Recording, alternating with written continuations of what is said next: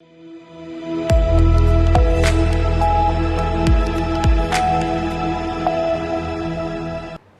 स्वागत है आपका। आप देख रहे हैं सी न्यूज़ भारत। मैं हूं आपके साथ इशिता। वक्त हो गया उत्तर प्रदेश बुलेटिन का। आज हम आपको यूपी के हापुड़, इटावा, फर्रुखाबाद और ललितपुर से आई ताज़ा और महत्वपूर्ण खबरें बताएंगे। सड़क हादसे में हुई मौतों से लेकर स्वास्थ्य केंद्र में मिली खामियों, सामुदायिक विवाद और चोरी की घटनाओं तक हर खबर आपके लिए लेकर आए हैं। तो चलिए बिना देरी के शुरू करते हैं खबरों का सिलसिला। इटावा के जनकपुर गांव में कुछ दिन पूर्व कथावाचक की पिटाई की घटना ने यादव और ब्राह्मण समुदाय के बीच तनाव पैदा कर दिया था। इस मामले ने सामाजिक विवाद का रूप ले लिया था, जिससे क्षेत्र में माहौल तनावपूर्ण हो गया था। हालांकि पुलिस की जांच में मामला पूरी तरह से अलग निकला। जसवंत नगर के क्षेत्राधिकारी आरुषि सिंह ने बताया कि प्रारंभिक जाँच से पता चला है कि ये विवाद जातिगत नहीं बल्कि आपसी रंजिश का परिणाम है। घटना के पीछे किसी समुदाय विशेष की भूमिका नहीं है। क्षेत्राधिकारी ने कहा, हमने पूरे मामले की गहनता से जांच की है और ये स्पष्ट हो गया है कि इसे जातिगत रंग देना गलत होगा। पुलिस मामले की गंभीरता से जांच कर रही है और दोषियों के खिलाफ उचित कानूनी कार्यवाही की जाएगी। आज दिनांक 2 जुलाई 2025 को विभिन्न समाचार प्रपत्रों में प्रकाशित खबर, जो कि थाना जसवंत नगर के ग्राम जनकपुर से संबंधित है, जिसकी पुष्टि थाना पुलिस द्वारा की गई तो पता चला कि पवन उपाध्याय उर्फ पंकज निवासी फिरोजाबाद अपने मित्र विनोद से मिलने के लिए ग्राम जनकपुर में आए थे। पवन उपाध्याय उर्फ पंकज से बात हुई तो उन्होंने बताया कि उनको बचपन से फिक्स की बीमारी है, जिसका इलाज दिल्ली एम्स में चल रहा है। 19 तारीख में वे अपने मित्र विनोद के घर पर रुके थे, जिसमें रात में खाना खाने के बाद उन्होंने दवा खाई थी। इसके बाद लगभग 11 बजे उनकी आंख खुली तो वह घर के बाहर गए। घर के बाहर जाने के बाद बीमारी के कारण वे विनोद के घर न जाकर के उनके पड़ोस के घर चले गए, जिसके कारण लोगों में आपस में वहाँ पर वाद विवाद हुआ। वह कहाँ से नहीं हुई थी, जिसकी सूचना थाना पुलिस को 112 के तहत दी गई थी। थाना पुलिस को सूचना मिलने के उपरांत वे ग्राम जनकपुर पहुँचे, जहाँ पर पवन उपाध्याय और पंकज को वे अपने साथ लेकर के आए। उनके मेडिकल प्रपत्रों का अवलोकन किया गया, जिसके पश्चात उन्हें उनके पिताजी को सुपुर्द किया गया। इस तथ्य को लेकर के कोई भी तहरीर थाना पुलिस को किसी भी पक्ष से प्राप्त नहीं हुई थी। साथ ही यह भी अवगत कराना है कि पवन उपाध्याय उस पंकज कोई कथावाचक नहीं है, वह पूजा पाठ का कार्य करते हैं। यह भी सामने आया है कि 18 जून व 19 जून में किसी भी प्रकार का कोई पूजा पाठ का कार्य व कथा का कार्य थाना जसवंत नगर के ग्राम जनकपुर में प्रचलित नहीं था। इटावा से सी न्यूज़ संवाददाता देवेंद्र सिंह की रिपोर्ट। फर्रुखाबाद में भाजपा सांसद मुकेश राजपूत ने कायमगंज क्षेत्र के सामुदायिक स्वास्थ्य केंद्र का औचक निरीक्षण किया, जिसमें उन्हें स्वास्थ्य केंद्र की स्थिति से जुड़े कई गंभीर दोष मिले। निरीक्षण के दौरान सांसद को सीएचसी के शौचालय में गंदगी का अंबार मिला, जिससे केंद्र की साफ सफाई व्यवस्था पर सवाल उठ गए। इसके अलावा डॉक्टर मधु अग्रवाल की अनुपस्थिति भी पाई गई। वहीं केंद्र के अन्य कर्मचारी भी तैनाती स्थल पर मौजूद नहीं थे। अजीब बात यह रही कि उपस्थिति रजिस्टर में डॉक्टर के हस्ताक्षर मौजूद थे, जबकि वे केंद्र पर नहीं थे। सांसद को सीएचसी के दवा भंडार में बड़ी मात्रा में एक्सपायरी दवाइयां भी मिली, जिसे देखकर सांसद का पारा चढ़ गया। सांसद मुकेश राजपूत ने जिलाधिकारी को निर्देश दिए कि स्वास्थ्य केंद्र कायमगंज में नोडल अधिकारी की नियुक्ति कराकर सुधार के लिए तत्काल कदम उठाए जाएं। निरीक्षण किया गया है, क्या खामियां सामने आई? देखिए, एक तो सबसे पहले मैंने देखा यहाँ पर बेड शीट नहीं थी। बेड शीट जो भी थी बहुत गंदी थी।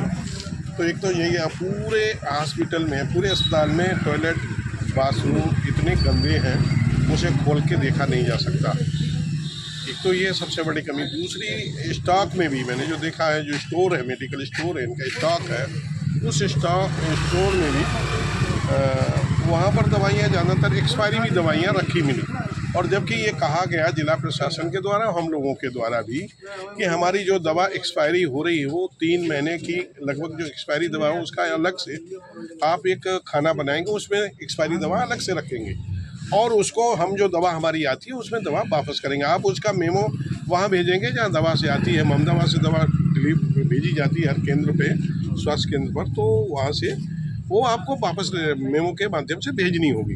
यहाँ दवाएं रखी हुई हैं जो एक्सपायर हो चुकी हैं, 1 महीना या 1.5 महीना, 2 महीना की एक्सपायरी दवाएं भी बहुत सी पड़ी हैं। तो इसलिए ये लापरवाही है और मैंने डीएम साहब से बता दिया है और इसके लिए मैं एक नोडल अधिकारी जल्दी लगाऊंगा, स्वास्थ्य सेवाएं ठीक हो, जो वाकई में गरीब लोगों के लिए सरकार की मंशा है, गरीब लोगों को अच्छा इलाज मिले और उन्हें दवा भी मिले, उन्हें इलाज भी अच्छा मिले और गरीब कल्याण के लिए सरकार काम कर रही है। मुझे लगता है कहीं ना कहीं हमारी जो स्वास्थ्य विभाग के अधिकारी लोग हैं वो कहीं लापरवाही करते हैं, उसे ठीक करने का प्रयास करें। उपस्थित रजिस्टर में भी देखा है कि डॉक्टर साहब आती हैं, दस्तखत रोज बनाती है, 1 घंटा 1.5 घंटा आती हैं। डॉक्टर मधु अग्रवाल, पता लगा उनका पति का हॉस्पिटल है, तो हॉस्पिटल में ही सेवा देती या नहीं आती।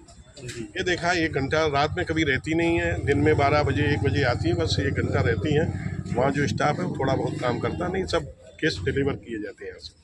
ऐसा महसूस हुआ। 1-2 के स्टाफ का पता लगा है कि वहाँ स्थानीय लोगों ने जो बताया कि वो कभी आती नहीं, सिर्फ दस्तखत कोई ना कोई उनके बना देता है, तो दस्तखत भी मैच नहीं खा रहे। तो इसलिए लगता है कहीं ना कहीं लापरवाही। इसके लिए मैंने डीएम साहब को बता दिया, एसडीएम साहब इसके लिए नोडल अधिकारी बनेंगे, आगे से व्यवस्था ठीक होगी। सांसद जी, यहाँ पर कोई सर्जन डॉक्टर नहीं है, सबसे बड़ी समस्या है वो इसके लिए हमारा प्रयास है जल्दी से जल्दी सर्जन दिलवाएंगे। फर्रुखाबाद से सी न्यूज संवाददाता आदेश शर्मा की रिपोर्ट। यूपी के हापुड़ से बड़ी खबर सामने आई है, जहां हाफिजपुर थाना क्षेत्र में एक दर्दनाक सड़क हादसे में बाइक सवार 5 लोगों की मौत हो गई। मृतकों में एक वयस्क और 4 बच्चे शामिल हैं। जानकारी के अनुसार हापुड़ नगर कोतवाली क्षेत्र के मजीदपुरे निवासी दानिश अपने 4 बच्चों को हाफिजपुर थाना क्षेत्र स्थित एक स्विमिंग पूल से नहलाकर घर वापस लौट रहा था। इसी दौरान जैसे ही वे हाफिजपुर थाना क्षेत्र में बाइक चला रहे थे, एक तेज रफ्तार कैंटर ने उन्हें टक्कर मार दी। इस हादसे में दानिश और उसके 4 बच्चे सभी की मौके पर मौत हो गई। घटना की सूचना मिलते ही पुलिस और प्रशासन के अधिकारी घटनास्थल पर पहुंच गए। मृतकों के शव को कब्जे में लेकर पोस्टमार्टम के लिए भेज दिया गया है। वहीं दुर्घटना को अंजाम देने वाली कैंटर गाड़ी को पुलिस ने जब्त कर लिया है। इस संबंध में एडिशनल एसपी हापुड़ विनीत भटनागर ने बताया कि मामले की जांच जारी है और दोषियों के खिलाफ सख्त कार्यवाही की जाएगी। सड़क हादसा हुआ है, कितने लोग जाने हैं? देखिए, बहुत ही दुखद घटना ये हुई है हाफिजपुर थाना क्षेत्र में। एक बाइक पर सवार 5 व्यक्तियों की सड़क दुर्घटना में मृत्यु होने की पुष्टि हुई है। इनको बताया गया है कि ये मजीदपुरा थाना क्षेत्र हापुड़ के रहने वाले थे। एक परिवार से ही सभी ताल्लुक़ रखते हैं, लगभग एक ही परिवार के हैं सभी, और उसी परिवार का एक वयस्क सदस्य बाइक चला रहा था और 4 बच्चे साथ में बैठे हुए थे। एक वाहन ने इनको टक्कर मारी है, जिसके बाद में जो है इनको देवनंद पर लाया गया, जहाँ पे इनको बताया गया कि इनकी मृत्यु हो चुकी है। बाइक सवार जो थे कहाँ से कहाँ जा रहे थे सर? ये बताया जाता है कि वहाँ पर कोई स्विमिंग पूल था, वहाँ पर बच्चों को घुमाने के लिए ये व्यक्ति, दानिश नाम के व्यक्ति, लेके गए थे और वहाँ से उसके बाद में नहाने के बाद में वापस आ रहे थे। बाइक सवार तो सभी लोगों की मौत हो गई फिर इसमें? लेकिन उसके बारे में कुछ सुराग मिले, जल्दी उसको पकड़ जाएगा वो। जितने बाइक सवार लोग थे सभी की मौत हो गई है क्या? हाँ, बाइक पे जितने व्यक्ति थे उनकी मृत्यु हुई है और अभी भी जानकारी प्राप्त हुई है कि वो वाहन भी पकड़ लिया गया है। हापुड़ से सी न्यूज संवाददाता सचिन सागर की रिपोर्ट। मवेशी बाजार में चोरी की बड़ी घटना ने इलाके में हड़कंप मचा दिया है। सुबह करीब 5 बजे चोरों ने 2 दुकानों को अपना निशाना बनाया। पहली दुकान अंग्रेजी शराब और बियर की थी, जबकि दूसरी दुकान मातोश्री ट्रेडर्स जो एग्रीकल्चर से जुड़े सामान बेचती है। चोरों ने दोनों दुकानों के शटर को तड़के अंदाज में टेढ़ा कर अंदर घुस गए। अंग्रेजी शराब की दुकान से 1.5 लाख रुपए और मातोश्री ट्रेडर्स की दुकान से 1.6 लाख रुपए की चोरी की गई। चोरी की ये पूरी घटना दुकानों में लगे सीसीटीवी कैमरे में कैद हो गई है। ये घटना पिछले कुछ दिनों से ललितपुर क्षेत्र में हुई चोरी की दूसरी बड़ी घटना है। इससे पहले मोहल्ला चांदमारी में एक मकान से 10 लाख रुपए चोरी हो चुके हैं। अब सभी की नज़रें इस बात पर टिकी हैं कि ललितपुर पुलिस प्रशासन कब तक चोरों को गिरफ्तार कर उनके खिलाफ कार्यवाही करती है। पे आए तो हमारे लिए थोड़ी शटर उसको टूटी हुई मिली, तो मैंने पुलिस को सूचना दी। आगे पता चला, अंदर जांच की तो जो मेरा पैसे का लॉकर था उसमें से जो मेरे कल के करीब 1,60,000 रुपये करीब नगद जमा रखे हुए थे वो गायब हैं। सामान वगैरह आपका? सामान तो जैसा रखा था वैसे ही है, सामान में कुछ नहीं है, सिर्फ पैसे ही गायब हैं। अच्छा, कहाँ पर है आपकी दुकान? ये हमारी दुकान पड़ती है ठोरा बाजार में, केलगमा तिराहे पर। 9 बजे जानकारी है। क्या नाम है आपका? सत्यनारायण राय। कहाँ है आपकी दुकान? हमारी मवेशी बाजार टेलको के सामने। किस चीज़ की दुकान है? शराब की दुकान। अच्छा, क्या घटना घटित हो गई? घटना सुबह की 4:45 बजे 3 लोग आए और शटर तोड़कर हमारा कैश उठा ले गए। अच्छा, कितना कैश लूट ले गए? लगभग 1.5 लाख से 2 लाख के बीच। क्या कोई शराब की बोतल अगर ले गए? बोतल क्वार्टर नहीं लिया, कुछ नहीं ले गए। कितना कैश ले गए? 1.5 से 2 लाख रुपये। ललितपुर से सी न्यूज संवाददाता विकास सोनी की रिपोर्ट। इस बुलेटिन में फिलहाल इतना ही। देश और दुनिया की तमाम बड़ी जानकारियों के लिए देखते रहिए सी न्यूज़ भारत।